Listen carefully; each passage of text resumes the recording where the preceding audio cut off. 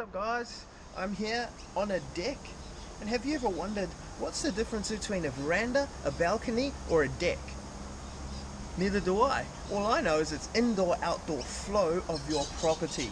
And I'll tell you what, building a deck adds so much value to your property. You get to live outside from the inside of your house without having to walk outside so much. You get to stand on the decking and it still feels indoors. Not only that, it adds so much value to your property because, well, you can build floor space and add square meterage to your house without even having to build an entire extension. And it makes people want to do it. They love to renovate their house and build a balcony, but one thing they do it wrong. Come on guys, there are so many mistakes people make when laying the decking. So I'm going to run us through how I lay the decking and some of the mistakes that people do when they want to build their own deck.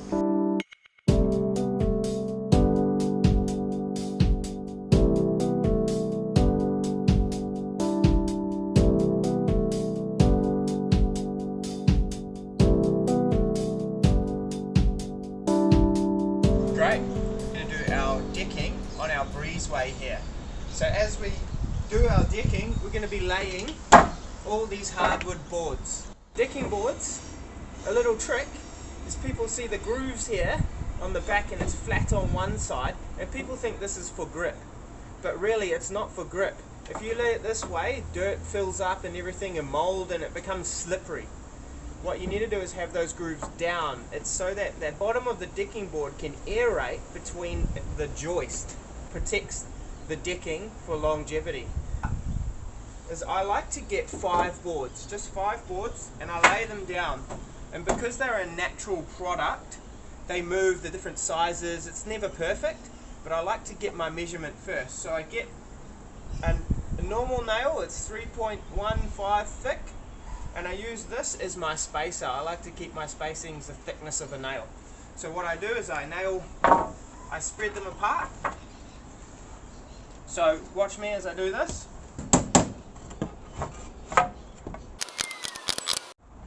Cool, now I've worked out my spacings. I'm happy with these sort of spacings. Then I want to know the measurement. I hook on here and I get my measurement to here, and that's 5 boards. So then I know I do all my spacings off this measurement here, which I've got 465. So now that we know our measurement, Dan and I have gone and put our first board in. And this board is completely straight to our wall, the first point of where we want to keep straight from. And then we do our 470, our measurement, and then we put our next straight board all the way down. This helps us keep all our decking boards straight, rather than creeping and twisting and turning. We go the 5th board and we get it straight.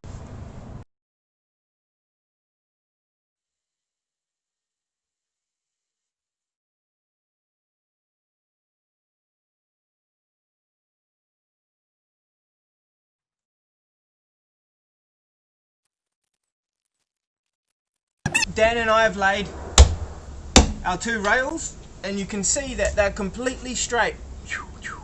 And it's just like train tracks.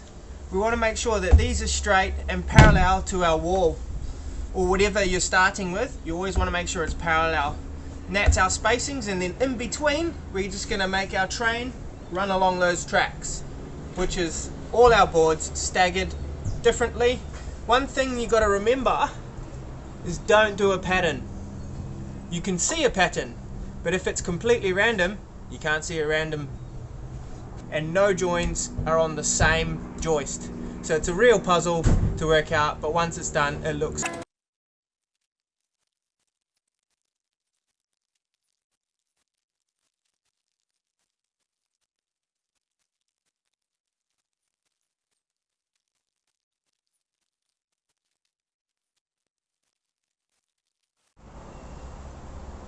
We've laid all our decking. You can see we've played it out, made sure that everything is not a pattern. How we're going to fix it down now. And a big trick, remember how we used our nails as our spacers? good luck to think that you can nail each one and space it all and then have it straight. You either choose it, you want the same size gaps and a crooked deck, or not the same size gaps and a straight deck. That is because our decking boards are never perfect. It's a natural product, so you want to do straight. It's more visually better to have it straight, and you won't notice the difference if the gaps are slightly, 0.5 of a mil different or something. You won't notice it so much. So the goal is to keep it straight. So what we do is, instead of our nail spacings, we've got a bunch of wedges. Yep. So we go from the fixed board to the other fixed board, and in between those fixed boards we put our wedges, and we wedge it off.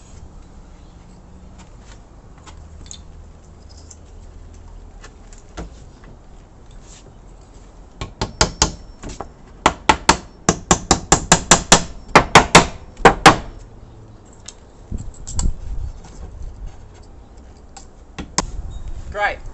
Now I just visually look at the gaps and make it look nice, and then I can just screw it off. So Dan's going to start screwing it off.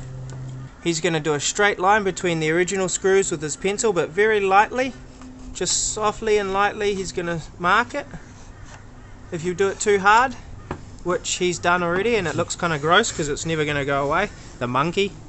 But anyway, he's going to drill those holes to keep in line with that.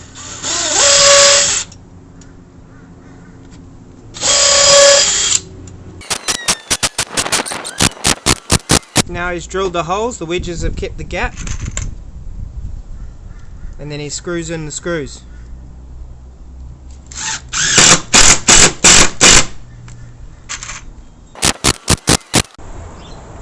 Now Dan has to screw this whole thing off. Good luck, bro.